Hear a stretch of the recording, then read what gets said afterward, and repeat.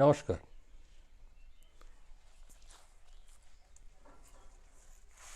এ দুটি হচ্ছে রজনীগন্ধা ফ্লাওয়ার প্ল্যান্ট। এটা সিঙ্গেল, এটা ডবল। সিঙ্গেল বলতে ওই 5টা পাতা থাকবে ফুলে, আর ডবল বলতে এটায় 10টা 12টা করে পাতা থাকে। মানে এটা থুপি থুপি ফুলগুলো হয়, বড় হয়, আর এটা ছোট। এই গাছ দুটিকে আমি মাটির থেকে তুলে বর্ষাকালে এই পটে বসিয়ে রেখেছিলাম, কিন্তু মাটিতে নামানো ছিল, যার ফলে দেখুন এই দিক দিয়ে শেকড় বেরিয়ে গেছে। এই রজনীগন্ধা ফুলের অ্যাকচুয়ালি সিজন আমাদের এই শুরু হতে চলেছে।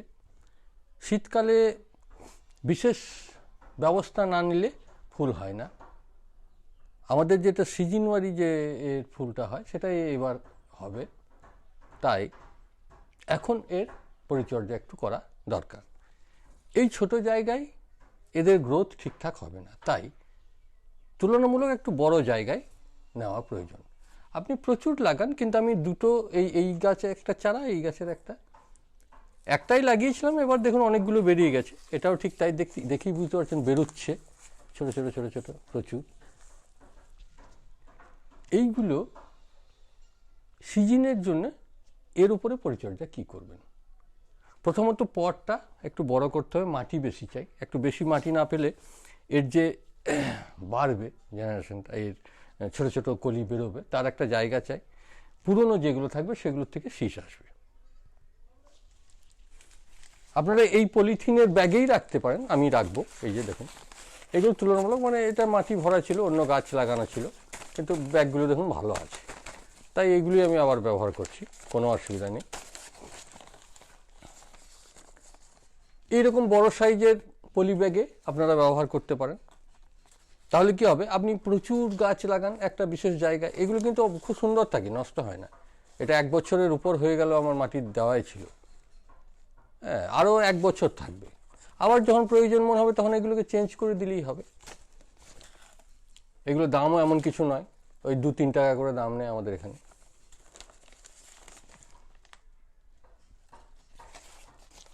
এগুলো নার্সারির থেকে পাওয়া যায়। যাই হোক, এই ব্যাগের মধ্যে আমি এগুলোকে সেট করব। এর যেটা মাটি তৈরি করলাম, এই যে দেখছেন এখানে আমার নিচেতে রয়েছে, এই যে এটা হালকা একটা মাটি তৈরি করে নিয়েছি বিভিন্ন ধরনের গাছ লাগানোর জন্য। কিন্তু এই গাছের জন্য একটু ওই এঁটেল বা চিট মাটি কিছুটা আরও বেশি দরকার, তাই এর সঙ্গে কিছুটা এঁটেল মাটি মিশিয়ে দিলাম, যেটা চিট মাটি বলা হয়। আমার লাল মাটি একটা পাওয়া যায়, খুব ভালো মাটি, সেই মাটিটা মিশিয়ে দিলাম। এবং তার সঙ্গে এদের সার বলতে এই সময়ে অতিরিক্ত কিছু সার দেওয়া ঠিক হবে না। এর মধ্যে ওই 10% মতো আপনি গোবর সার, আর 5% নিমখৈল।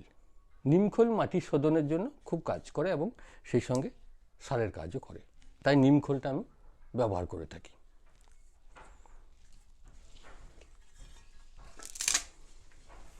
এখন কিভাবে? খুব সহজ উপায়, কিচ্ছু নেই। এটাতে আপনি নিচেতে ওয়াটার ড্রেনেজের জন্য, মানে এই যে হোলগুলো আছে বা নিচেতে এর উপরেও হোল আছে, খুব ছোটো হোল, ডাইরেক্ট মাটিটা আপনি দিয়ে দিতে পারেন। যদি শুকনো পাতা বা নারকেলের ছোবা ছোটো ছোটো করা, কিংবা কাঠগুড়ি নিচেতে অল্প বিছিয়ে দিতে পারেন। এগুলো হচ্ছে শুকনো পাতা।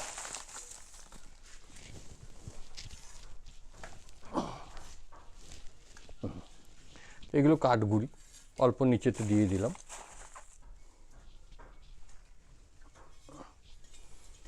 এবার নিচেতে অল্প মাটি দিয়ে দিচ্ছি।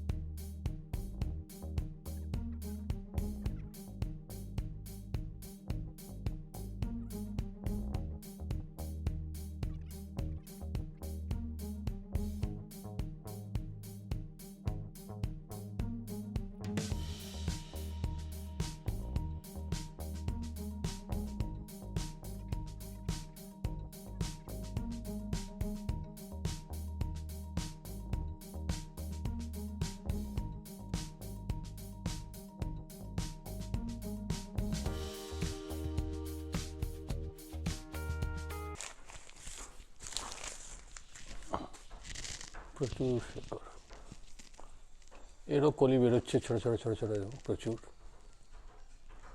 এর মধ্যে পোকা এসছে, দেখুন পাতাগুলোকে ছোট ছোট করে খেয়ে দিয়েছে।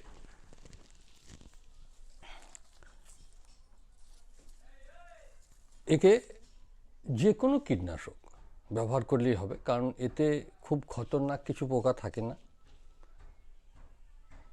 আপনার নিম তেল ডাইরেক্ট স্প্রে করে দিতে পারেন, বা বাড়িতে আমার দেখবেন নিম পাতার থেকে একটা পেস্টিসাইড তৈরির ভিডিও আছে, ওইভাবে পেস্টিসাইড তৈরি করে সেটা স্প্রে করে দিলেও এই পোকাগুলো মারা যাবে। তাতে গাছের উপকার হবে, ক্ষতি হবে না। নিম তেল বা নিম পেস্টিসাইডে গাছের কোনো ক্ষতি হয় না।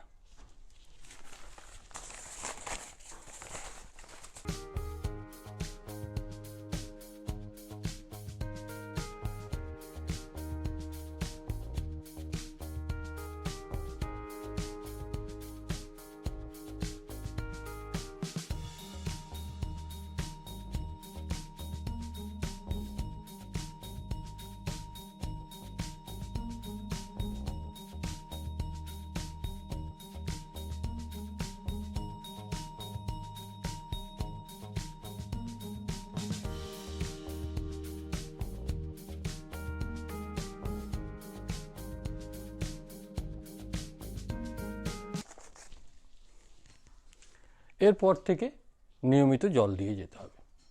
এই গাছের কিন্তু জলের অভাব হলে অসুবিধা আছে, গাছ পাতা শুকিয়ে যাবে। যদিও খুব সহজে এই গাছ মারা যায় না, মাটি শুকিয়ে গেলেও এই গাছ বেঁচে থাকে, কিন্তু গ্রোথটা কমে যাবে, দাঁড়িয়ে যাবে, থমকে যাবে। তাই জলের প্রয়োজন আছে। দেখতে হবে, অতিরিক্ত জল হলে যে কোনো গাছের শেকড় পচে যায়, তাই অতিরিক্ত জল দেওয়া যাবে না, কিন্তু নিয়মিত জল দিয়ে যেতে হবে। মাটি যদি দেখেন স্যাঁতসেঁতে আছে তাহলে আর জল দেওয়ার প্রয়োজন নেই। যদি দেখেন মাটির উপরের মাটিটা হালকা শুকিয়ে এসেছে তখন জল দেবেন। এর সার হিসেবে আপনারা liquid fertiliser, organic liquid fertiliser ব্যবহার করতে পারেন। আমার অর্গানিক লিকুইড ফার্টিলাইজার ভিডিও আছে, মাস্টার্ড কেক এবং গোবর সার থেকে তৈরি।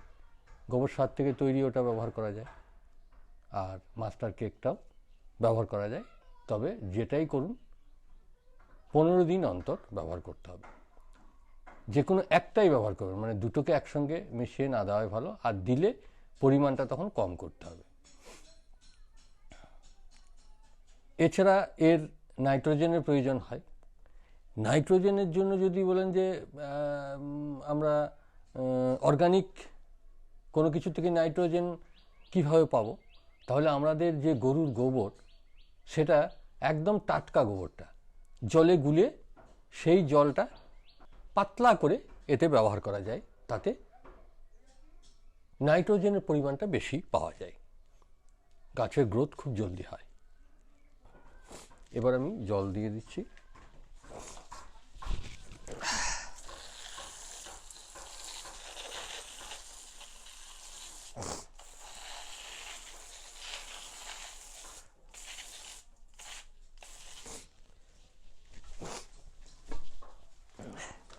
এইভাবে এই পলি ব্যাগে আপনি প্রচুর করতে পারেন, অনেক ছাদে রাখতে পারেন, বেলকুনিতে রাখতে পারেন।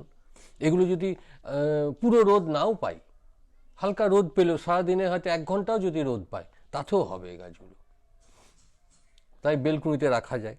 আপনি সুন্দর সুন্দর ভালো ভালো পটেও সেট করতে পারেন। আমি দেখাচ্ছি খুব কম খরচে প্রচুর গাছ রাখার সুবিধা হবে বলে আমি এই সিস্টেমটা দেখালাম।